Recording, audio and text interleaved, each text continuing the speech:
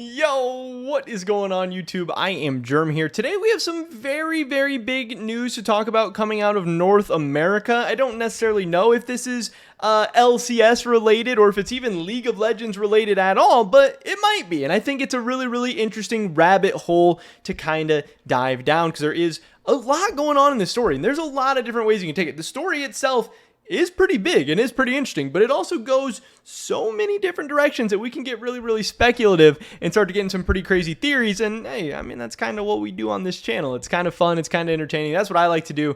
And hopefully that's what you guys like to do as well. So with that being said, let's get right into it. Today, we're talking about this post from .esports where they said sources, Sentinels hire ex-TSM executive Lena. This kind of flew under the radar. It only got 900 likes. I don't know if it's because Lena's not that big of a deal or if this post just was, I don't know, if it just didn't get picked up in the news cycle or what, or if people just don't really care about this, if people don't understand how big of a deal this is. But I think this is very, very big. I mean, what Lena did during her time at TSM was very, very impressive. And even if you think Lena was overrated or not that good, or, you know, there was a freaking conflict of interest or whatever, you know, people want to say, and I know there are a lot of critiques of Lena. Some of them I think are very fair. Some of them I think are very unfair. TSM has not been better without her. And you can say that maybe it's partly her fault of leaving TSM in the state that they were. Like, you know, definitely some of her actions could have led to them being in the bad spots they were. That's totally fair. That's totally possible.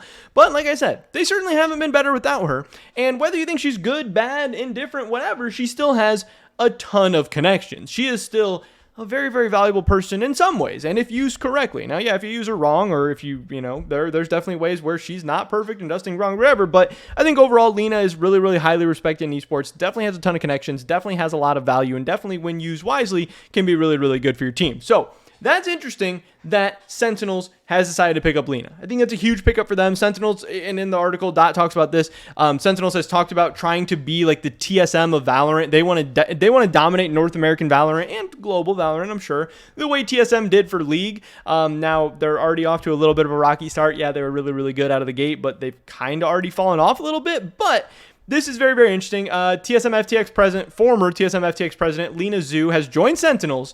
Lena's work with Offline TV will continue and will not directly relate to Sentinels. Lena joined Sentinels in a financial management role and has played an active role in the organization. Internally.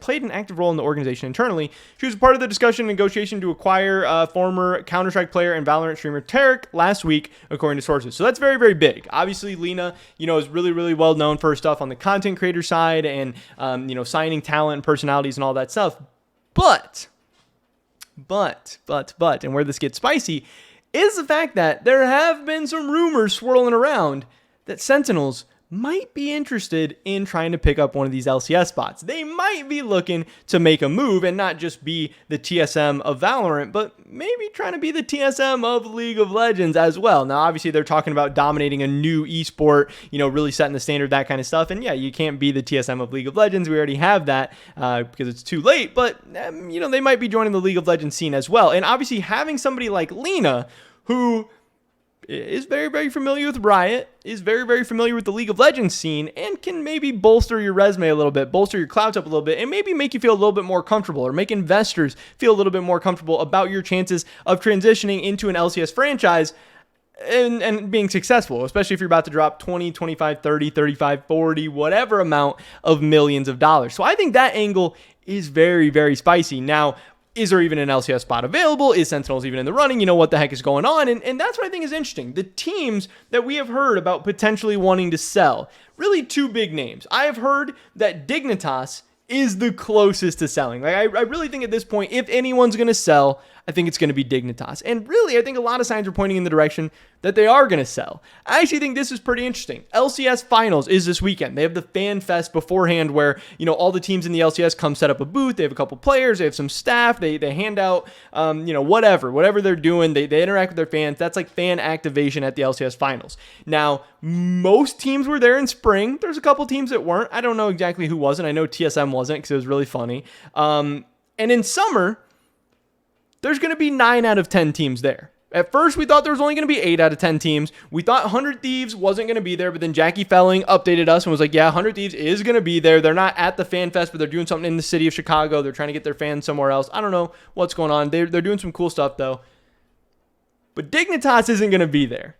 And why isn't Dignitas going to be there? Because it's not worth it. It's not worth their time to try and get some fans or to activate at the LCS finals where 9 out of the 10 teams are going to be. And in a franchise league, you want all of your teams doing stuff. Like, even if I'm TSM, I want Dignitas there growing their fan base, because if Dignitas is growing their fan base and making money and all this stuff, hey, we split the revenue. Hey, we have more fans. Hey, we have more eyeballs, all this stuff. But that's not happening. Dignitas is not going to be there. And are they not going to be there because they already have one foot out the door? Are they already in the process of selling? Have they already decided that we're done with the LCS? Heck no, we're not going to the LCS finals. Heck no, we're not doing activation. We're not doing Fan Fest. We don't even care about our fans because we're about to be gone. I don't think that's that crazy of a theory. I actually think that's pretty likely because, again, we see a bunch of teams in the LEC trying to sell. So why wouldn't teams in the LCS be trying to sell too, especially when viewership is down and in some ways the LCS is seen as just an overall worse investment? Why wouldn't you be trying to cash out on a worse investment for a ton of money? Dignitas has had pretty bad teams. They have, like relatively no fans. They tried to just buy the old Dignitas brand that used to be popular and ride that wave, but there was no wave left to ride. And I think overall they've just been an uninspired team, uninspired org, uninspired brand. They sold off River at the end of the year. Like, just so many signs were pointing to them being gone.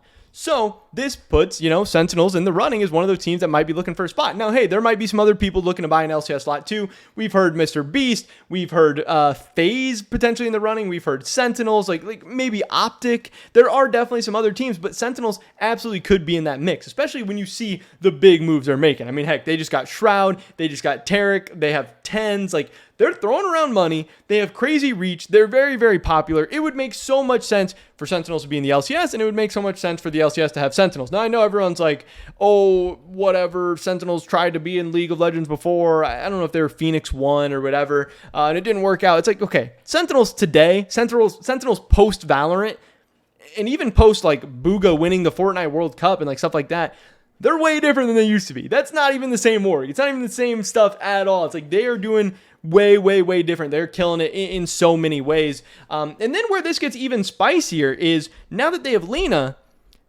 does that mean they're going to be getting Doublelift as well? Obviously, we know Doublelift was with TSM. He had the weird falling out. He ends up getting cut from the org. Reggie's going to sue him, blah, blah, blah, blah, blah. And now he needs somewhere to go. If Lena's with Sentinels, Sentinels has 2 options. One, they could just pick him up as a streamer, and that would be really cool. And then still they can use Doublelift as like a consultant for their league team. Like, hey, what players are good? Hey, can you help us recruit? Hey, can you talk to people for us? Yada, yada, yada. And maybe that helps them get a better League of Legends team overall, or it just makes them a more popular organization with one of the biggest League of Legends streamers in Doublelift.